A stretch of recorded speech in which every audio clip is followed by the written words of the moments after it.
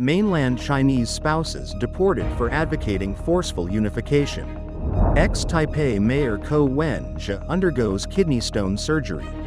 Taipei High School teacher's CCTV interview sparks controversy. Huge blaze erupts in Malaysia as gas pipeline explodes. France's far-right leader barred from running for president. Hooters restaurant chain files for bankruptcy. Hundreds of thousands of Canadians face power outages. $70 million Looney Tunes film to be released after being shelved.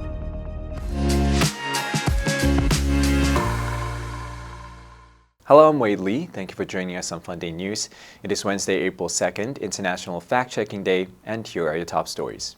And for today's Taiwan's news, two mainland Chinese spouses, Xiaowei and Wen-je, were deported after their resident permits were revoked for promoting forceful unification with China.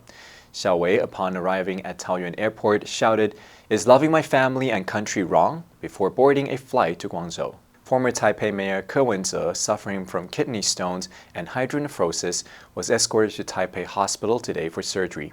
His wife, Chen Pei-qi, is waiting outside the recovery room as the procedure has been completed. Taipei First Girl High School teacher, Wen-je, sparked debate after commenting on President lighting the cross-strait stance during a CCTV interview. In response to raising tension, the school announced a ban on staff interview with Chinese state media. And in global news, a colossal fire erupted in a Malaysia suburb outside Kuala Lumpur due to a burst gas pipeline, prompting evacuations of nearby homes. The inferno near a gas station in Putra Heights, Selangor, was 20 stories high at one point and visible for kilometers away. National oil company Petronas said the fire broke out at one of its gas pipelines at 8:10 a.m. The affected pipeline has been isolated. 3 gas stations near the fire site were not affected but had been temporarily closed as a precautionary measure. Investigations are still underway. The Selangor Disaster Management Unit said in a statement that the blaze had spread to several houses in a nearby village, and efforts were being made to rescue trapped residents. Dozens of Selangor firefighters had been dispatched to the scene, and shutting the valves will eventually snuff out the fire. The fire department quickly evacuated residents from nearby homes as a safety measure, and they were temporarily placed in a nearby mosque until the situation was under control. At least 49 houses were damaged and 112 people were injured, with 63 sent to the hospital for burns, breathing difficulties and other injuries. Pictures and videos of the fireball went viral on social media, with some residents saying they felt the doors and windows of their homes shake due to the explosion. A French court on Monday convicted Marine Le Pen of embezzlement and barred her from seeking public office for 5 years, a hammer blow to the far-right leader's presidential hopes and an earthquake for French politics. Le Pen's lawyers said she would appeal the verdict, but she will remain illegible while she does, potentially ruling her out of the 2027 presidential race. She was also sentenced to 4 years imprisonment, with 2 of them to be served under house arrest and 2 suspended. Monday, 31st of March, is a dark day for our democracy and our country. Millions of French voters are being deprived of their favorite presidential candidate.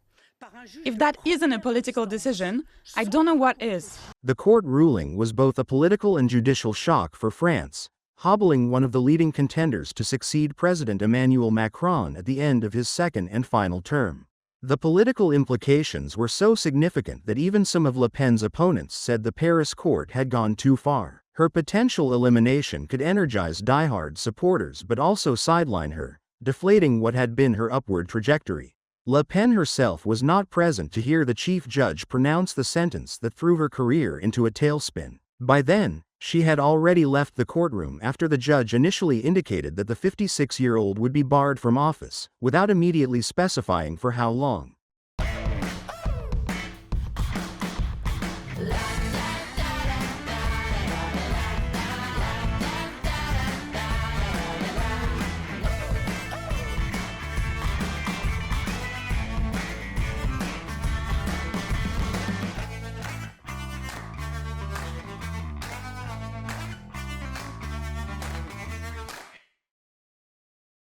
Hooters of America has filed for bankruptcy in Texas as it seeks to manage its debt by selling all its company-owned restaurants to a group backed by its founders. The firm currently owns and operates 151 restaurants directly, with another 154 run by franchisees, mainly in the U.S. The company states that its restaurants, which serves classic American bar food, will remain open during the process and continue to operate in a business-as-usual manner. Like many other casual dining chains, Hooters has struggled in recent years due to raising costs and wages, as well as reduced consumer spending. The firm said it plans to sell all its corporate-owned restaurants to a group of 2 existing Hooters franchisees, who operate 14 of the chain's most popular outlets. The group pledged to take the company back to its roots and make it more family-friendly. Hooters did not disclose the value of the planned deal, which still requires approval from a U.S. bankruptcy judge. The company stated that the rescue plan is expected to be completed within the next 4 months.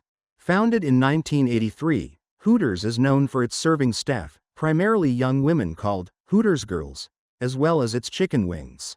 The form-fitting uniforms worn by its waitstaff have become central to the chain's public image. More than 300,000 Canadians faced power outage in parts of Ontario on Sunday as an ice storm battered the region over the weekend.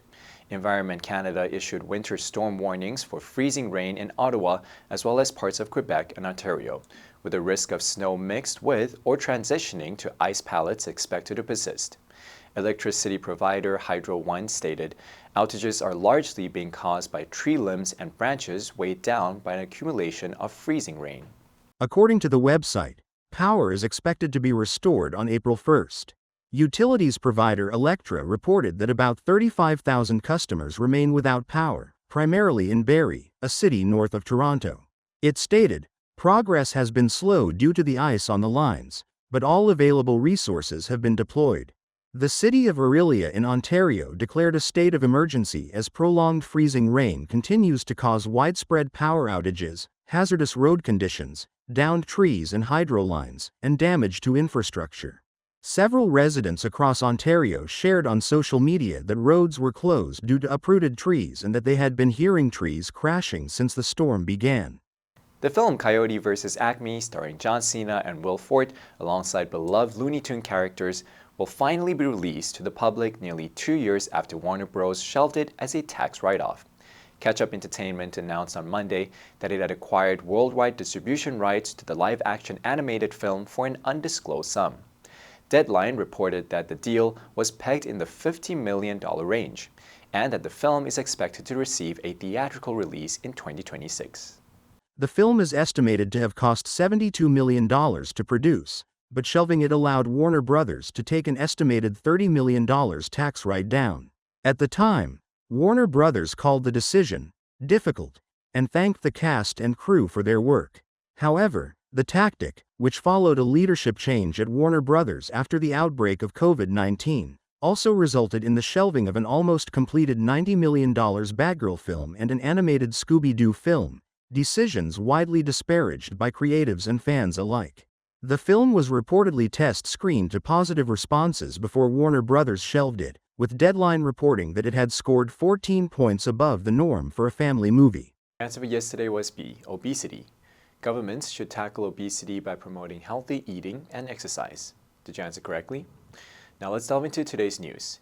Huge blaze erupt in Malaysia as gas pipeline explodes. Number 1, colossal, 巨大的. The company made a colossal investment in new technology. Number 2, evacuation, 撤离. The evacuation of residents was necessary due to approaching hurricane. Number 3, inferno, 大火, 火海. The firefighters battled the inferno for hours before it was finally controlled. Next, we have a multiple choice question for everyone to practice. Which answer would you choose? You can write your answer in the comment section, and the correct answer will be announced next week. Longing for the truth in information? Then you are not alone.